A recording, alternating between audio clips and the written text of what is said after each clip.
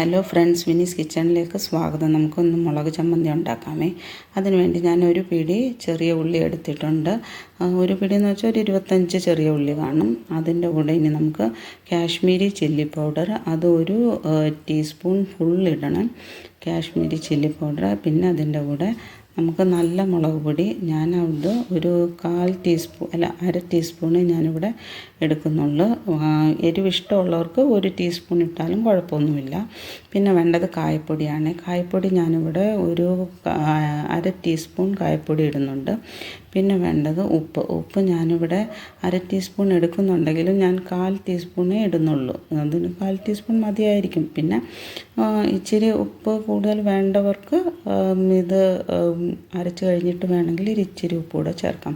പിന്നെ ഞാൻ ഒരു ചെറിയ നെല്ലിക്ക വലിപ്പത്തിന് പുളി ഇട്ടിട്ടുണ്ട്. ഇനി നമുക്ക് അരച്ചെടുക്കാം. അരയ്ക്കുന്നത് പേസ്റ്റ് രൂപത്തിൽ അരയ്ക്കേണ്ടത് ഈ ഒരു പരുവത്തിൽ അരച്ചെടുത്താൽ മതി. വെള്ളം ഒട്ടും ചേർക്കല്ലേ.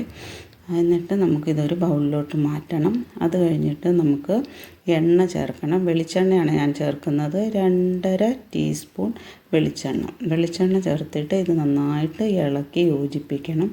വെളിച്ചെണ്ണ ചേർക്കുമ്പം നല്ലൊരു മണവും നല്ലൊരു ടേസ്റ്റുമാണ് ഇതിന്.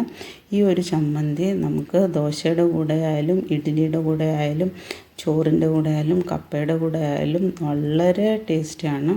എല്ലാവരും ഇതൊന്ന് ട്രൈ ചെയ്ത് നോക്കണം. യാത്രയൊക്കെ പോകുമ്പോൾ ഇങ്ങനൊരു ചമ്മന്തി ഉണ്ടാക്കിയെടുത്താൽ ചീത്തയാകത്ത് പോലുമില്ല. അത്ര നല്ല ഒരു ഡിഷാണ്. എല്ലാവരും ട്രൈ ചെയ്ത് നോക്കണം. ഇഷ്ടപ്പെട്ടെങ്കിൽ ലൈക്ക് ചെയ്ത് ഷെയർ ചെയ്ത് സബ്സ്ക്രൈബ് ചെയ്യണേ. Okay, thank you.